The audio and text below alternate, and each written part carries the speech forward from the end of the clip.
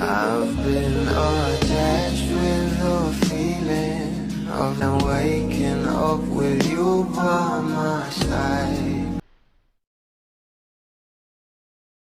Namang itong ating couple ay nakikita na nga ng bawat isa ang mga ugali nila na talaga namang hinahangaan ng maraming bubblies dahil talaga namang itong ating Bel Mariano ay may pag-amin nga na itong ang ating Donnie Pangilinan ay isang greenest plug na talaga namang marami talaga ang mai-inlove dito. Pero ito na nga guys, ang pag-uusapan natin na kung saan ay may napansin nga itong si MJ Felipe sa ating couple na kung saan ay talaga namang na-tense nga itong ating Donnie Pangilinan. Sabay-sabay nating panoorin. Uy, alam mo, ang nakakakita lang daw ng mga ganun or pinagpapakitaan ng inner child is someone that they kinda love the most.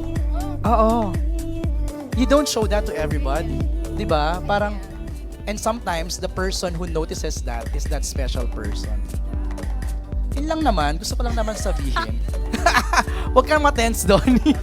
Natetense si Donnie eh. Saan nyo nabasa yan? Hindi ako nakikinig lang. Ikaw ba, you show your inner child to just anybody randomly? I think it's pretty common naman for us to like show our inner child to anyone we're...